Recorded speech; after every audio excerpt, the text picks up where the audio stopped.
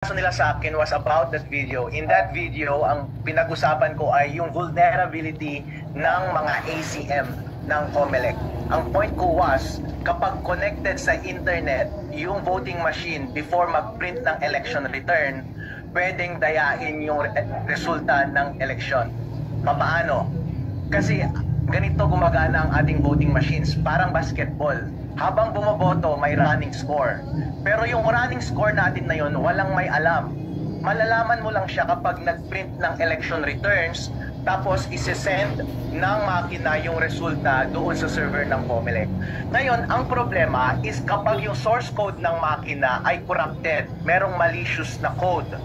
Kapag connected sa internet yung makina at yung malicious code na yun ay connected sa isang hacker, pwedeng i-access ng hacker yung makina mismo at baguhin yung running score and therefore babaguhin niya yung resulta ng eleksyon. Ako, competent ako magsalita ng ganitong bagay dahil isa akong certified public accountant, maliban sa isang abogado. Nagtrabaho dati ako bilang IT auditor sa Deloitte Philippines, ang #1 na auditor sa buong mundo, Deloitte. Isa akong IT auditor doon. So naiintindihan ko lahat ng information systems at lahat ng mga computer systems na katulad nito. Essentially, kapag meron kang gadget katulad ng isang voting machine or katulad ng cellphone mo or laptop, try mo siya dalhin sa Green Hills kahit may password yan. Di ba pwede nilang baguhin yung laman ng laptop mo? Pwede nilang baguhin yung operating system? Ganon din ang pwede nilang gawin sa voting machine. Kahit na sinong tao na may physical access dyan sa voting machine at lumapit ka sa voting machine, pwede mong baguhin yon at mula sa labas, parang walang mali, pero merong potential na vulnerability yung makina na yon, merong malicious code. At pagdating ng eleksyon, yung malicious code na yon ay pwedeng i-take advantage ng mga hacker para makipag-usap doon sa makina at in real time, bago mag-print ng election return, babaguhin nila yung resulta ng eleksyon. Dinais ko ito as a concern dahil naiintindihan ko kung paano gumana ang mga ganitong bagay-bagay. At pinag-usapan ko ito para makagawa ng punto sa COMELEC na, hey COMELEC, may vulnerability sa ating voting machine, may vulnerability sa rules ninyo. Kasi ang rules ninyo ngayon ay nagsasabi na dapat connected yung voting machine sa internet all throughout the day. Isa lang ang pwede ninyong baguhin dyan sa rules ninyo para maitama itong kahinaan na to. At yun ay, saka mo lang i-connect dapat yung makina sa internet after pag-print ng election return. Para yung print ng election return, yun ay tama na running score at yun din yung isa-send sa server. Napakadali lang, napakasimple. Ginawa ko siya para itama ng COMELEC yung kahinaan ng kanilang sistema. Bakit ayaw nila? Actually, tumutulong ako sa COMELEC. So bakit sila napikon doon sa video ko na yun? Siguro meron silang tinatago.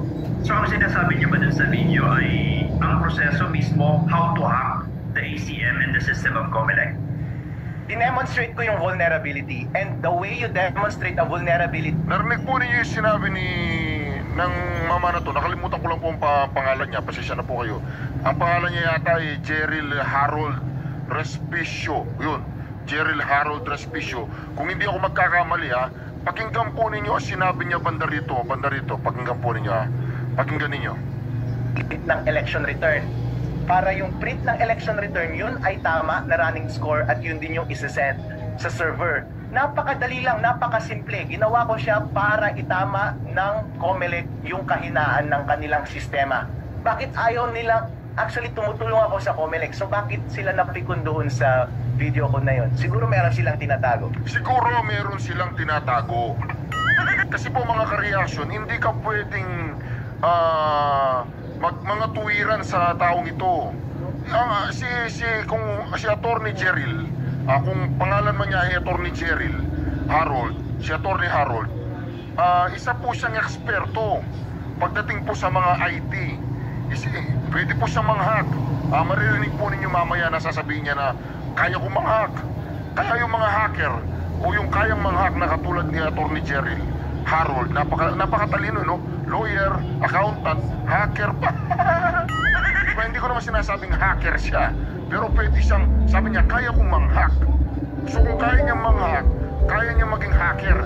So ganito po yan, ang makakapag-solve lang sa problema ng dayaan sa paparating na eleksyon ay magkakaroon ka ng tauhan o magkakaroon ka ng isang individual na katulad po ni Atty. Jerry Harold na makakapagsabi sa iyo na dapat itong si Commissioner, sasabihin niya, Jerry Harold, maraming salamat, papunta ka nga dito sa opisina ko, ano yung sinabi mong yun? Totoo ba yun na pwedeng mahack yung ating sistema? Di po ba dapat ganyan ang gagawin ni Commissioner ng COMELEC? Di ba sabi, alika nga rito, explain mo nga sa amin para naman ma-secure natin itong paparating na eleksyon. Kung totoo man yung sinasabi mo, kailangan namin marinig kasi baka nga makapasok yung mga hacker. Di po ba dapat ganyan ang sasabihin ng COMELEC? Di po ba dapat gamitin ang isang Harold, ang isang Atty. Harold para sa ikabubuti ng ating bayan at para sa ikatatagumpay ng paparating na eleksyon? Baliktad po mga kareaksyon Noong isiniwalat ni Atty. Harold na merong loophole, na merong paraan ng mga hacker o mga mandaray at mandarampong sa paparating na eleksyon, alam niyo po ang ginawa sa kanya? Paparusahan siya. Gustong di umano, gustong ipatanggal ang kanyang bar license, gustong ipatanggal ang kanyang pagiging accountant, at gusto siyang ihabla. Baligtad po meron tayong isang Atty. Harold na nagmamalasakit para magkakaroon tayo ng transparent at malinis na eleksyon. Parurusahan mo pa? Pwede ko silang tawagin lahat sila mga Poncio Pilato kayo. Hindi naman si Poncio Pilato Yung mga pariseo na nagpako sa krus sa Panginoong Hesus. Pinapako nyo yung taong yan, ililigtas lang niya yung ang tawag doon, sa kapahamakan ng paparating na eleksyon, di ba? Kung totoo man ang sinasabi ni Atty. Harold. At ako'y naniniwala sa kanya. Tuloy natin yung kanyang salaysay. Dapat connected yung voting machine sa internet all throughout the day. Isa lang ang pwede ninyong baguhin dyan sa rules ninyo para maitama itong kahinaan na to. At yun ay, saka mo lang i-connect dapat yung makina sa internet after pag-print ng election return. Para yung print ng election return, yun ay tama na running score at yun din yung isa-set sa server. Napakadali lang, napakasimple. Ginawa ko siya para itama ng COMELEC yung kahinaan ng kanilang sistema. Bakit ayaw nila? Actually, tumutulong ako sa COMELEC. So bakit sila napikon doon sa video ko na yun? Siguro meron silang tinatago. So ang sinasabi niyo ba dun sa... Siguro meron silang tinatago. Siguro nga meron silang tinatago video ay ang proseso mismo how to hack the ACM and the system of COMELEC. Dinemonstrate ko yung vulnerability, and the way you demonstrate a vulnerability is bilang technical na person, magaling kasi ako mag-code. Marunong ako mag-code, nag-code ako ng apps at saka mga softwares din. Pinakita ko sa kanila na paano talaga siya gagawin in person. Line by line, code by code, paano siya gagawin sa machine. In principle, wala akong access sa source code, wala akong access sa makina. Hindi ko alam yung ginagamit nilang code, hindi ko alam yung firmware ng makina. Pero ang dinemonstrate ko is yung principle ng vulnerabilities ng computer systems, which is pare-pareho lang sa lahat ng computer systems. Pinakita ko lang na essentially, kapag may access ka sa makina, pwede mong bagihin yung source code. Kahit pina-audit mo pa yan sa independent auditor, yung source code na yun. Pero pagkatalikod ng auditor, secure ba yung makina mula sa physical access? Pagkatalikod ng auditor, kapag may physical access yung tao, pwede niyang lapitan yung makina, at meron siyang specialized na connection sa makina, pwede niyang baguhin yung source code anytime between that audit and on election day. Yun lang ang sinasabi ko na vulnerability. Kung mangyari yun, ibig sabihin corrupted yung source code. Wala kang magagawa doon. Mahirap kontrolin yun. Kaya sinabi ko na ang pwede mong gawin dyan para maiwasan mo yung ganong kahinaan is patayin mo na lang yung internet bago mag-print ng election return. Para kahit may vulnerability yung code, hindi makakausap ng potential hacker yung election machine at hindi niya mababago yung score. Pero ang sabi ng COMELEC una, yung machine is standalone machine and magta-transmit lang siya ng data after ng closure ng polling. Di po ba napakasimple lang naman pala ng gustong ipagawa ni Atty. Harold? Patayin mo lang yung internet para hindi ma-access yung machine. Ba't hindi? Mahirap ang intindihin yun? Patayin mo yung internet, mahirap ang intindihin yun? rescind at 7 p.m. That is true. Yun ang sabi ng rules. Paano kapag merong malicious code doon sa makina mismo at connection siya sa internet? Siyempre, yung mandaraya, yung hacker, siyempre gagawa siya out of procedures, hindi ba? Pero kapag connected sa internet at corrupted doon, pwede nang nag-uusap yung makina at saka hacker. Kahit na anong instruction, pwede niya nang i-shoot doon sa makina. Kahit sabihin mong dapat, yun ang dapat. Pero kapag compromise na yung source code, ibig sabihin, lahat ng hindi dapat pwede nang mangyari. Which is yun yung demonstrate ko. Kahit ano pa ang ilagay mo dyan sa rules na yan, pero itong vulnerability na ito, hindi mo clinose, ito yung possible na pwedeng gawin. Dinemonstrate ko siya para maintindihan ng COMELEC yung kahinaan ng voting system at sana mai-correct nila at simple lang siya i-correct. Attorney, how do you plan to address, to answer the complaint against you? Anti-cybercrime crime law ang isinampa kong reklamo sa inyo, and sabi ng COMELEC, magpa-file din sila ng disbarment case and then they will go to the PRC para sa inyong lisensya CPA. Alright, no problem. Kailangan nating harapin yung mga ganyang mga challenges. Pero dito masusubok yung kalayaan natin bilang mga Pilipino. Ano ba ang gagawin ng gobyerno? Patatahimikin niya ba yung mga tao na nagsasabi ng mga gawain ng gobyerno para itama ang gobyerno? O papakinggan niya sila at itatama yung mga mali? O kaya naman patatahimikin niya tulad ng ginagawa ngayon? Ang suggestion ko sa COMELEC ay, hello COMELEC, freedom of speech ito. Bilang citizen ng Pilipinas, may karapatan akong magsalita at magkomento sa lahat ng transaksyon ng government. At ito lamang ay para itatama yung mga kahinaan ng gobyerno, para maging tama. Dapat ang gawin ng COMELEC ay makinig sila at tignan nila sa sarili nila kung anong mali at itama nila. Ngayon, ang hindi dapat nilang gawin ay patahimikin ang tao at abusuhin ang kanilang karapatan na magsalita laban sa ating gobyerno. Dahil fundamental right yan, freedom of speech. Nangyari na yan nung nakaraang mga administrasyon sa iba't ibang bansa. Nakaka-celebrate lang natin ng EDSA Revolution. Yung gobyerno na pinapatahimik ang tao na nagsasabi ng katotohanan sa huli ay hindi nanalo. Hindi magiging maganda ang itsura nito sa COMELEC. Hindi magiging maganda ang itsura nito kay Commissioner Garcia.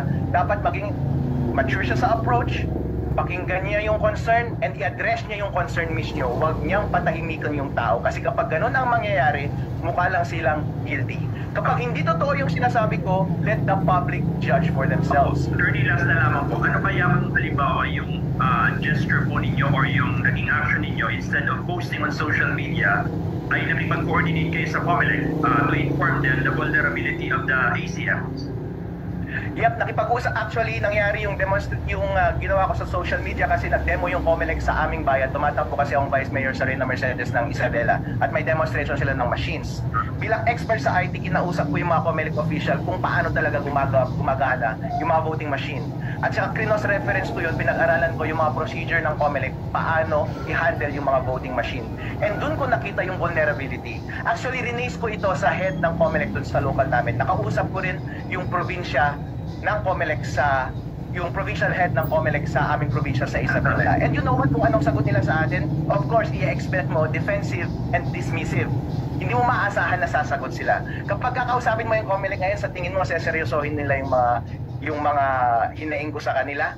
So, ang tanging paraan lamang para mapakinggan ang mga bagay-bagay na magpapantama sa ating gobyerno ay ang karapatan nating magsalita sa harap ng publiko para ang taong bayan ay mabigyan ng impormasyon at sana yung gobyerno natin magkaroon ng konsensya.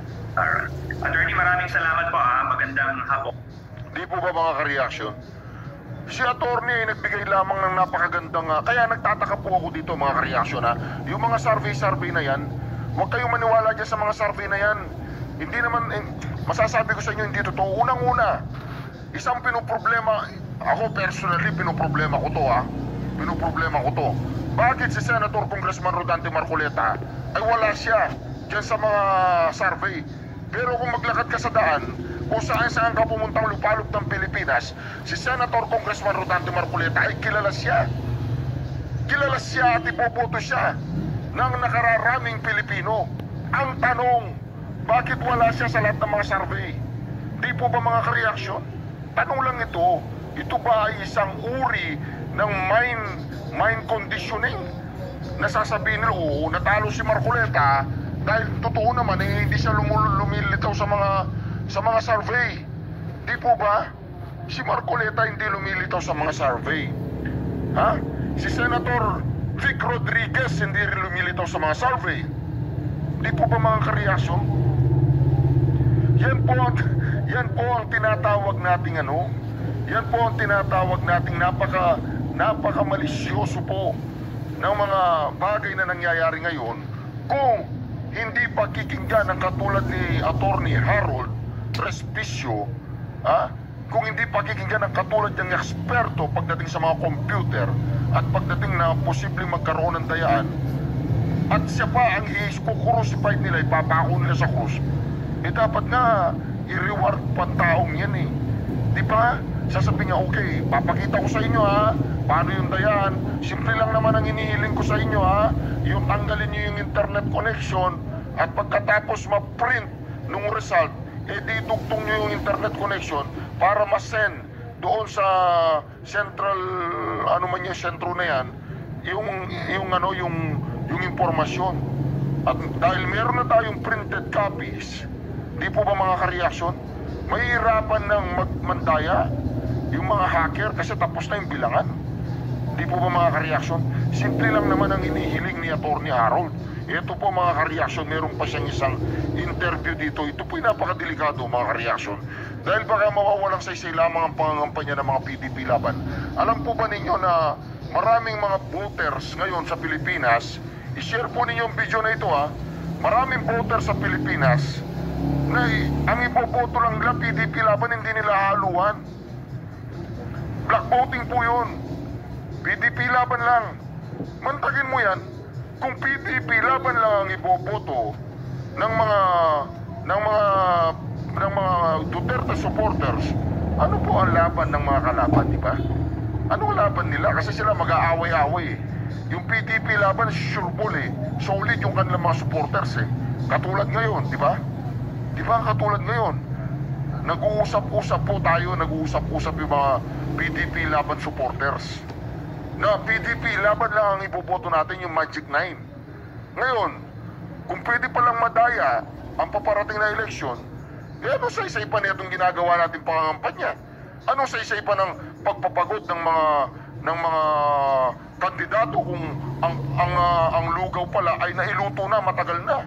Di po ba yan ay mga tanong lang at inahing na ano naman na ang tawag doon tamang pagtatanong. Valid reason yan. Isang valid na tinatawag nating concern sa nangyayari po ngayon mga kareaksyon. Ito, pakinggan po natin ang interview ni Attorney General Harold Respicio. Pasalamatan siya ng COMELEC na ipinakita niyang merong weakness o vulnerability yung pasalamatan siya ng COMELEC na ipinakita niyang merong weakness o vulnerability yung ACM, kakasuhan pa siya ngayon ng cyber libel, ipatidisbar siya, ipatatanggalan siya ng PRC license as an accountant, ipatong-patong nagiging kaso sa kanya sa kabila nung supposed to being magandang intention niya. So alamin natin, no? Nakakapili po natin via Zoom si Attorney Cheryl Respicio. Attorney, magandang gabi po, Tony and Casey. Alright, bago ako maging abogado, isa akong certified public accountant. Nagtrabaho ako sa Deloitte. Ang Deloitte, isa sa nangungunang auditing firm sa buong mundo. Ang trabaho ko doon ay isang IT consultant. Isa akong expert sa information system security. And marunong akong mag-code, marunong akong gumawa ng applications. In short, marunong din akong mag-hack. Alright. Una sa lahat, paano kayo nakahawak ng ACM nung ginawa niyo yung eksperimento niyo? Was it an actual ACM? No, it's not an actual ACM. Gusto ko lang linawin na wala akong kopya or access sa source code ng ACM. Wala akong access sa isang ACM. Ang pinakita ko lang doon is yung basic principles ng pag-take advantage ng vulnerability na inherent doon sa process ng COMELEC ngayon. Kasi lahat naman ng mga information system at mga gadget, pare-parehong prinsipyo lang yan. Meron kasi ako naalala, similar case sa Amerika naman dahil meron din hong pagkakataon na may mga nagduda dun sa integrity ng sarili nilang mga vote counting machines sa Amerika, no? Kasi merong iba-ibang vendor din sa kanila na nagpa-provide ng counting machine per state. Meron hong isang IT expert, no? Gumawa siya ng documentary about it, si Harry Hursty. Ginawa niya experiment yun. He went to one city, no, sa isang state. Sinubukan niya nga na kung mababago niya kung ano yung ipinasok na boto doon sa machine, iba yung resultang lalabas. And which he did. No? Nagawa nga niya, pinakita nga niya, but he used an actual machine. So paano nyo masasabi na without using an actual machine, without access to the source code, na may kahinaan nga itong ACM ng COMELEC, ng Miro? Ng Miro. Alright, ito yung pare-parehong principle sa lahat ng mga gadget. Di ba bumibili kayo ng used computer or cellphone sa Green Hills? Kahit may password yon at kapag may physical access yung bad actor sa gadget na yun, kaya niyang baguhin yung source code. Once na bago niya yung source code, pwede kang magtanim ng code doon na malicious.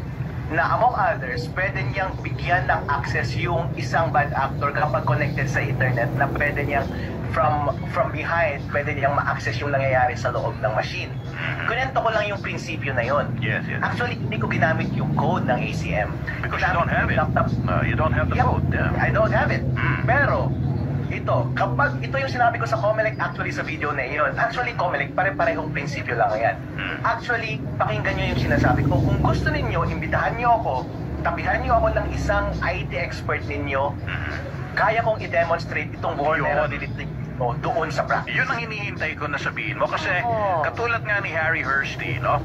Actually, yung pangalan ng docu na yun is Hacking Democracy. Hanapin niyo po yun, baka meron pang kopya sa YouTube. Ginawa ni Harry Hursty kasi para lang talagang mas credible yung experiment niya. He used the actual machine with the actual source code. Ang problema kasi, even with your experiment, kahit sabihin mo nga na prinsipyo, di ba, yung ginamit mo, yun ang naging... Still not proven. Mahirap ka unless nga your challenge is you're given access to a machine and you will show it to the COMELEC itself. Tama po ba? Right. That's true. Yes. So, at this point, haka-haka lang. Hindi hack. Haka-haka. Oo, haka-haka. Haka-haka, bakit nila ibinababa? Let the public judge. Bakit pinatake down yung video? I throw the question back at you. Sige. Why bring it to the public right away when you could have gone to the COMELEC and ask them. tell them Yes. that you found a vulnerability? Can we test your machine? Actually, Tony, I did that in Casey. On that day, kasi may demo talaga yung mga COMELEC sa probinsya namin sa Rina. Di po ba mga kareaksyon, napakaganda po sana ng mangyayari na itong si Attorney Jerry Harold Respicio ay magkaroon ng pagkakataon. Libre lang ang ibibigay niya, libreng serbisyo. Come on, COMELEC, papakita ko sa inyo akin na yung yung source code. Papakita ko sa inyo na pwede kong dayain yung na ito, magagawan lang natin ng paraan to, isang bagay lang ang gagawin ninyo, patayin ninyo yung internet. Tapos ang problema nyo. Pero bakit hindi siya pinapakinggan no? Meron bang gustong gawin ng mga tarantadong ito pagdating ng eleksyon? Yun lamang po ang ating opinion dito. Meron ba kayong gustong gawin na katarantaduhan pagdating ng eleksyon? Kaya nga mga ka-reaction yung mga taong katulad ni Attorney Jerry Harold Respicio na nagmamagandang loob para makatulong sa ikauunlad at ikabubuti ng proseso ng eleksyon sa darating na Mayo, ayan po mga ka-reaction, parurusahan pa yata ng mga animal. Sabi nila, sis, tumatakpa ako, dinemo nila sa amin. Okay. Kinausapin up ko sa head ng COMELEC sa town namin yung question na to. Alam mo ang ginawa niya sa akin, dinismiss niya ako at hindi niya alam kung ano yung sinasabi ko. Pinatawag niya ako sa provincial head ng COMELEC. Alam mo ang ginawa ng provincial head ng COMELEC sa akin, pinagalitan niya pa ako through the phone and dinismiss niya ako. So ano na lang ang natitirang choice sa akin? Diba, To go sabihin sa public. bahay, para i-push yung COMELEC na gawin yung pagbabago yun. Nung ilinabas niyo po itong content na ito, were you doing it as a candidate? Were you doing it As a lawyer, citizen? an IT expert? I'm doing it as a concerned citizen with genuine concern about sa integrity ng ating elections. Imagine if it were not told So hindi natin alam tong information na to. Paano pa ba ang tanging paraan para mapagalaw mo ang Comelec? Actually, pwede mong itakil itong issue na ito maturely on the part of Comelec Chairman George Garcia, right? Instead na agad-agad mo akong kasuhan, bakit hindi mo ako kausapin maturely and sabihin mo, Harold, alam mo, valid ka, try natin baguhin. Ano yung recommendation mo? Kasi kaya Harold, mali ka, right? You also could have done the same. You could have gone to... You already did, right? He did nga, pero di pa pinagalitan mga daw siya. Doon sa provincial. Provincial, no? Are you familiar with the name Eliseo Rio? Everyone who is an expert in this field sa buong bansa, lahat ng pinakamatatalino, pagtumpukan ninyo ito, pag-usapan natin and lalabas ang katotohanan. Kung mali ako, i-point out nyo sa akin technically kung saan ang mali. And then kasi doon sa videos na yun, I was just speaking matter of factly kung ano lang ang katotohanan. Kasi it's a technical matter, a sensitive matter, so I had to be accurate sa lahat ng mga sinasabi ko. So I think the best way to respond sana sa video ko is kuha ka rin ng isang demo at ipakita mo kung sa anong presumption, anong mga assumptions ang mali doon sa demonstration. Ang maganda kasi dito, because we're talking about a technical thing, di ba? It's a technology issue. And technology, because it's a science, kaya mong suriin to with defined parameters, di ba? As an experiment, lagi ka naman, di ba, you define the parameters of your experiment. Kaya niyo ho ba yung depensahan, say, to a panel of independent IT experts na hindi taga-Comelec? Yes, even international experts. I can speak with them in that language. I can demo it in front of them. Ipatabi mo sa akin, sa mga expert nila, about sa machine, about sa source code. I know, with their assistance, I can demonstrate it sa harap nila kung paano mangyayari yung ganong process. But you won't